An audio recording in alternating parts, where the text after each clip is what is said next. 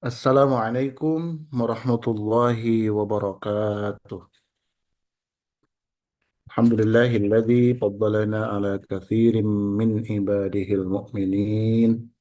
Allahumma salli ala nabiyyil hashimiyyi Muhammadin wa ala alihi wa sallim taslima. Ilahi anta maqsudi wa ridhaka matlubi atini mahabbataka wa ma'rifatak wa atini ma'aka abada. Di hadapan seluruh ahli silsilah Thariqah Qadiriyah Naksabandiyah Ma'had Suryalaya Sirna Rasa penghulu pesantren ketahanan nasional, wabil khusus Syekhina wa mursyidina wa murabbi arwahina Sayyidi Syekh Muhammad Abdul Ghaus Saifullah Maslul Al-Qadiri Al-Naksabandi Al-Muttaqi Al-Kamil Mukammil Al-Muwaffaq Al-Mujaddid Al-Qutbu Al-Samadani Al-Mahdi radhiyallahu anhu wa qaddasa sirrahu wa qaddasa sirrana bisirrihi Al-Fatihah. A'udzu billahi minasyaitonir rajim.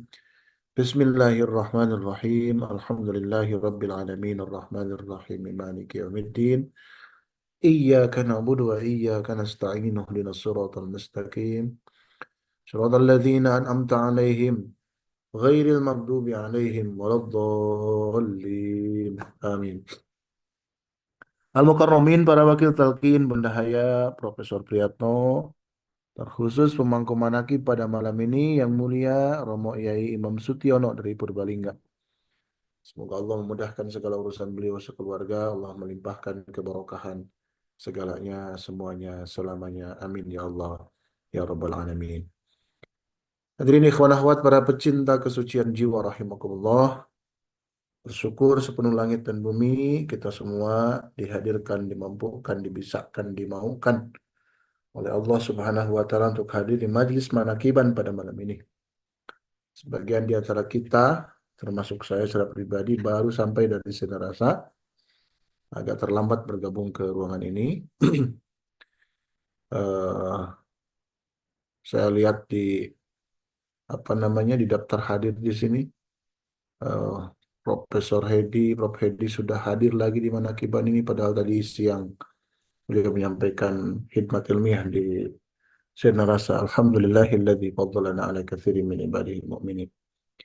Hadirin ikhwan akhwat para pecinta kesucian jiwa rahimakumullah, malam ini saya tidak akan eh, berbicara yang terlalu berat-berat, yang ringan-ringan saja. Saya ingin mengulang apa yang disampaikan oleh Dr. Syuhudul Anwar, MAG, Putra Pangarsa Abaos, Ketua Yayasan Sirna Rasaci Sirri. Beliau mengutip pernyataan Imam Al-Ghazali bahwa para pelaku tasawuf itu dibagi menjadi tiga kelompok besar. Ini menurut Imam Al-Ghazali ya. Jadi boleh jadi pembagian menurut syekh-syekh yang lain berbeda. Kata Imam Al-Ghazali, kelompok pertama orang yang belajar tasawuf, belajar thariqah itu disebut dengan muridun tolibun. Murid para pencari, ya, masih mencari-cari, mengakses ke sana kemari, menemukan apa yang sebenarnya jadi kebutuhannya, bukan jadi keinginannya. Kalau keinginan kan banyak, tapi boleh jadi yang diinginkan itu belum tentu kebutuhan kita.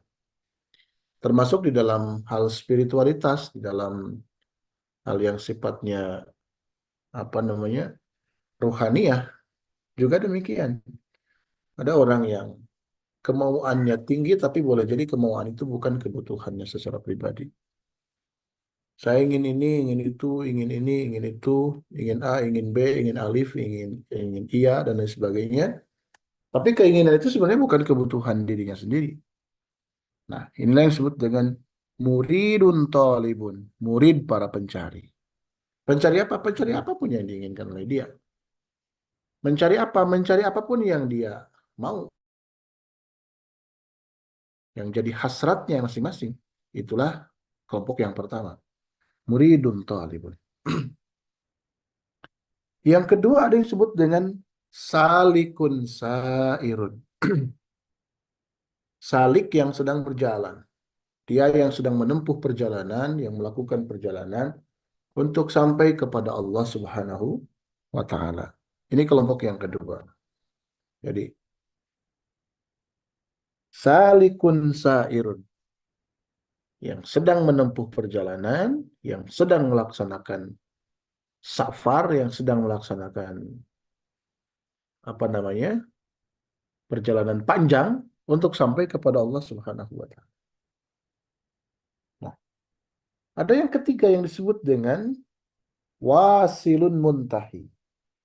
Orang yang sampai muntahi artinya sudah di ujung, di puncak, di terminal terakhir.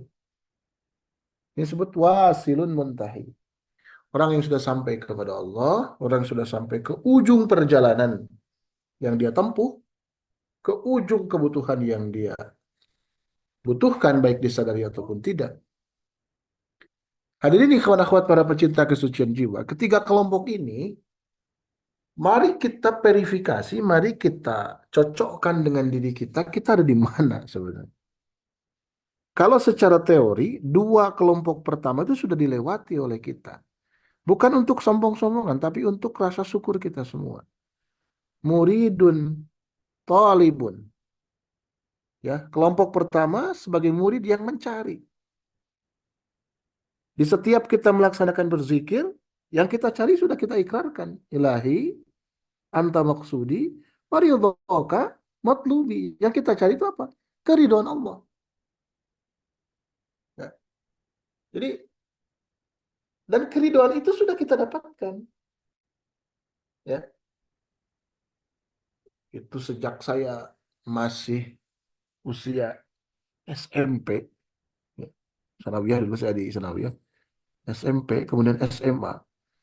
Saya mendengar pernyataan Guru Agung Pengarsa Abah Awas pada masa itu, pada masa Kemursyidan Pengarsa Abah Anom. Beliau selalu mengatakan, baik di ceramah di Suryalaya ataupun di Nurul Ulum, saya dulu ketika SMA sampai bolos-bolos, tinggal di pondok, satu di pesantren, saya bolos, bolos dari pesantren, bolos dari sekolah kalau jadwalnya Manakiban di Suryalaya. Memaksakan untuk hadir, untuk eh, berkumpul. Karena saat itu juga ajang pertemuan dengan keluarga kami yang dari kampung bertemulah di Suryalaya. Maka saya bolos dari pesantren dan dari sekolah saat itu. Nah, para sahabat selalu bilang, kita ini adalah orang-orang yang sudah mengantongi ridho Allah. Bahasa Sundanya, orang teh jalma nu geus mesakan ridho Allah. Pesak itu artinya saku.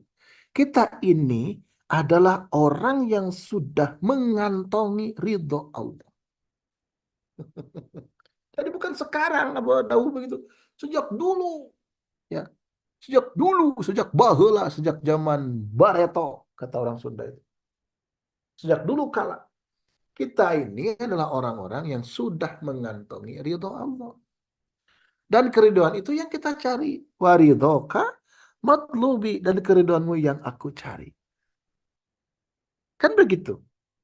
Nah, berarti pencarian kita itu sudah ditemukan karena yang kita cari adalah ridho Allah. Apa katanya semua orang juga carinya ridho Allah. Yang bertoriko, yang tidak juga kan pencariannya ridho Allah. Tidak semua orang yang mencari mendapatkan yang dia cari. Kenapa bisa begitu?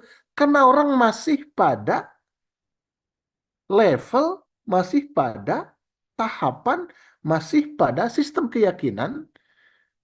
Mudah-mudahan, mudah-mudahan kita mendapatkan ridho Allah Subhanahu wa taala. Semoga kita mendapatkan ridho Allah Subhanahu wa taala, kan begitu. Kalau masih semoga, kalau masih mudah-mudahan, ya, berarti kan belum tentu, kan masih berharap. Semoga, ya, mudah-mudahan, barangkali kita dapat ridho Allah. Berarti belum sampai pada pencarian ini, meskipun teorinya, ya, kosakatanya yang dia cari itu sudah ketahuan. Namanya apa? Ridho Allah. Tapi materialnya, bentuknya, mana itu ridho Allah? Masih mudah-mudahan, masih semoga. Begitu. Sementara kita ditunjukkan oleh Syekh Mursyid kita semua Apa yang dimaksud dengan keridhaan Allah itu? Laqad radiyallahu 'anil mu'minina id yubayyi'unaka tahtas sajar. Benar, yakin benar. Allah telah meridhoi orang-orang yubayyi'unaka yang berbaiat kepadamu Muhammad saat itu tahtas syajarati, di bawah pohon yang dalam banyak tafsir disebut dengan syajaratul ridwan, pohon keridhaan. Secara zahir dulu ada di zaman Rasulullah satu pohon di mana Rasulullah dengan para sahabat saat itu bertemu di bawah pohon tersebut dan para sahabat menyatakan baiat kesetiaan kepada Rasulullah Sallallahu Alaihi Wasallam. Apa bentuk zahirnya hari ini di masa kita semua, di eh, di periode kita semua? Itulah yang disebut dengan talqin. Talqin itu adalah baiat, mubayaah. Secara formal kita mengikuti talqin zikir yang sudah mendapatkan hak talqin zikirnya kan kita diajari bagaimana cara berzikir, bagaimana cara berzikir la ilaha illallah itu, cara mengucapkannya bagaimana, cara bergeraknya bagaimana, kan begitu. Bagaimana cara kita berzikir sirri, berzikir khafi itu bagaimana caranya, kapan waktunya, di mana tempatnya, dalam keadaan apa kita melakukannya, disampaikan. Itu kan secara formal begitu. Tapi secara substansial, talqin zikir itu adalah pernyataan komitmen kita kepada orang yang memberikan talqin zikir, bukan kepada wakil talqin. Siapa yang memberikan talqin zikir itu? Syekh Mursyid.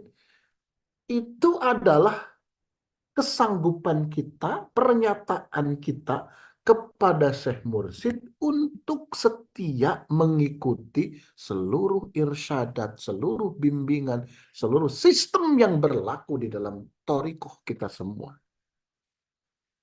Kalau dulu di zaman Pangarsa Abanun, saya masih menyaksikan pertanyaan para wakil talqin beliau, wakil talqin bangsawan pada masa itu, mengatakan, mau diamalkan tidak? Begitu kan? Ada pertanyaan. Mau diamalkan nggak? Begitu ditanya dulu. Begitu. Ya. Seiring dengan berjalannya literasi kita semua, pengetahuan kita semua, wawasan kita semua, keilmuan kita semua, itu sudah tidak lagi ditanyakan. Kenapa? Karena orang mengambil hak talqin zikirnya masing-masing, sesungguhnya mengambil milik dirinya masing-masing, bukan punya orang lain. Mengambil haknya masing-masing. Maka secara otomatis, secara aksiomatis, orang pada saat talqin itu sebenarnya dia sedang menyatakan kesanggupan untuk mengikuti sistem yang diberlakukan, yang dicontohkan, yang dibimbingkan oleh sahibut talqin, oleh orang yang memberikan talqin zikir. Siapa? Mursyid, Syekh Mursyid kita semua. Begitu. Ya. Ini kerituan. Jadi ketika orang talqin, di saat yang sama, dia mendapatkan ridho Allah Subhanahu wa ta'ala. Karena itu mubaya'ah, karena itu baiat antara mursyid dengan muridnya yang mengambil talqin zikir, Syekh Mursyid yang memberikan talqin zikirnya sebagai apa? Sebagai orang yang mendapatkan lisensi silsilah zahabiyah, silsilah emas yang tersambung sampai kepada Rasulullah Sallallahu Alaihi Wasallam. Begitu, ini yang pertama. Jadi, kenapa kita berani mengatakan, kenapa saya berani menyatakan bahwa untuk kelompok yang pertama ini, muridun talibun itu, Alhamdulillahilladzi faddalana ala katsirin min ibadil mu'minin, kita sudah melewati kelompok ini. Ya. Alhamdulillahilladzi faddalana ala katsirin min ibadil mu'minin. Yang kedua, salikun sairun. Salik itu artinya salaka, ya seluku. Salikun, ya isim fa'il, mohon maaf. Ya, salikun itu orang yang berjalan. Sairun juga sama, dari saro, sama juga berjalan. Artinya orang yang sedang menempuh perjalanan, sedang melaksanakan etape-etape perjalanan, bagian-bagian perjalanan dalam dirinya untuk sampai kepada Allah Subhanahu wa taala. Perjalanan menuju Allah Subhanahu wa taala.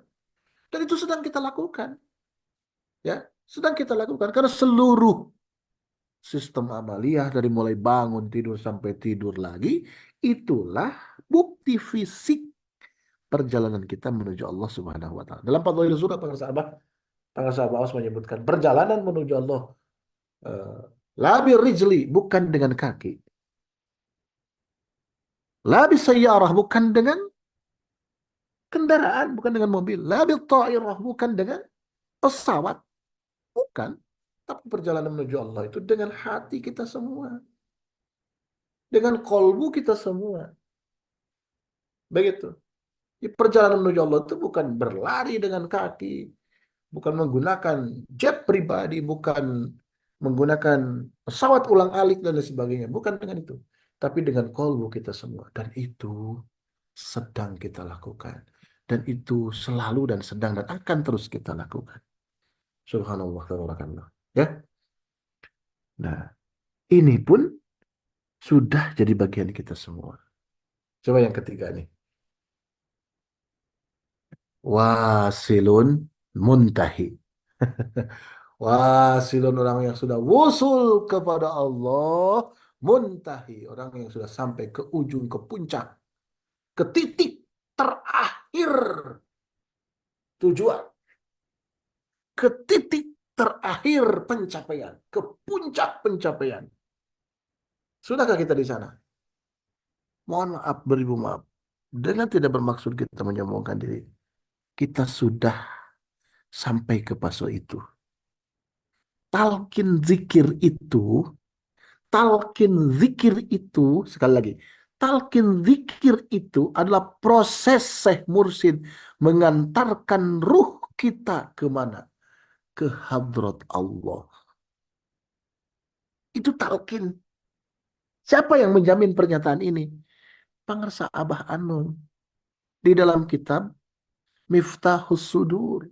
Rasulullah mentalkinkan kalimat La ilaha illallah itu untuk tasbiyatul qalbi, tazkiyatun nafsi, dan isal, ya, wa isalihim ila hadratillahi, dan mengantarkan ruh para sahabat ila hadratillahi, ke hadrat Allah subhanahu wa ta'ala. Jadi kalau misalkan mau kita simulasikan, Guru Agung Syekh Mursyid kita semua ketika mentalkin Ucup ini, ya, dianterin nih Ucup ini, ya Allah, nih Ucup nih, ini manusianya, ini orangnya, ya, ini Ucup namanya, ya Rob. Kira-kira begitu, sederhananya begitu. Jadi Syekh Mursyid itu mengantarkan ruh murid-muridnya yang ditalkin itu pertama kali pada saat ditalkin. Jadi kalau kita berbicara tentang wasil, orang yang sudah sampai, orang yang sudah wusul kepada Allah, ya, maka wusul pertama kita itu ketika ditalkin, ruhnya diwusulkan kepada Allah. Dan apalagi yang kita cari selain itu? Kita ingin sampai, bukan hanya sampai, tapi ingin bersama-sama dengan Allah. Wa a'tini ma'aka abada. Kan gitu munajat kita. Ilahi anta maqsudi waridhoka matlubi, a'tini mahabbataka wa ma'rifataka wa a'tini ma'aka abada. Gitu. Al-Muntah itu apa yang sudah sampai di puncak itu, di ujung itu. Mohon maaf, saya pernah baca satu buku, satu kitab yang membedakan, ini pernyataan Imam Syekh Abdul Qadir Al-Jilani, mohon maaf. Kata beliau, apa bedanya sufi dengan mutasawwif? Sufi dengan mutasawwif. Ya, ini pelaku tasawuf dua-duanya. Kata Syekh Abdul Qadir Al-Jilani di Qaladul Jawahir, as-sufi huwa al-muntahi. Ya, wal mutasawwifu huwa al-mubtadi. Sufi itu disebut seorang sufi, pelaku tasawuf, huwa al-muntahi. Dialah yang sudah sampai ke puncak perjalanan, ke ujung perjalanan, ke puncak percapaian. Itulah yang disebut dengan sufi. Sedangkan mutasawwif, maka mutasawwif, huwa al-mubtadi. Mutasawwif itu adalah para pemula. Orang yang baru belajar tasawuf. Itu mutasawwif disebutnya. Apa cirinya? Al-muntahi ay as-sufi Huwa al-muntahi itu apa? Dia yang sudah akhlaknya membuat orang lain bahagia, membuat orang lain nyaman, kehadirannya dirindukan, kepergiannya ditangisi karena begitu dibutuhkan oleh orang lain. Itu al-muntahi. Karena ekspresi terbesar dari tasawuf, dari torikoh itu nampak di dalam perilaku, di dalam akhlaknya, di dalam adabnya, di dalam behaviornya. Maaf kalau salah nyebutnya ya. Nampak di sana. Semakin keren akhlaknya, semakin bagus perilakunya, semakin menawan perangainya, maka semakin tebal ketasawufannya. Nah, siapa Al-Mubtadi itu? Meskipun dia udah lama belajar torikonya, udah lama banget gabung di torikonya, lama banget belajar tasawufnya. Tapi perilakunya jengkelin banget, ngejengkelin orang lain. Ini Al-Mubtadi disebutnya. Mohon maaf ya. Jadi antara Mubtadi dan Muntahi itu, pemula dengan yang sudah selesai itu, yang sudah sampai ke ujung perjalanan ke puncak pencapaian itu, bukan soal waktu. Wih, saya kan sejak zaman Abah Sepuh sudah jadi ikhwan. Tapi perilakunya PKS BLN, tau nggak PKS BLN? Pika sebelen. Pika sebelen itu apa? Ngejengkelin orang lain. Nah itu disebutnya mubtadi meskipun udah lama. Tapi kalau orang akhlaknya tercermin akhlak baik, akhlak mulia pada dirinya, ini disebut dengan al-muntahi, orang yang sudah selesai, udah sampai ke finish. Kenapa? Karena sudah mewujud dalam perilaku, menjelma dalam akhlak, tercermin di dalam adab sehari-hari. Masya Allah, tabarakallah. Alhamdulillahilladzi fadlana ala katsirin min ibadihi mu'min. Jadi kalau kategorisasi yang dibuat oleh Imam Al-Ghazali ini, satu muridun tolibun, yang kedua salikun sairun, kemudian yang ketiga adalah wasilun muntahi.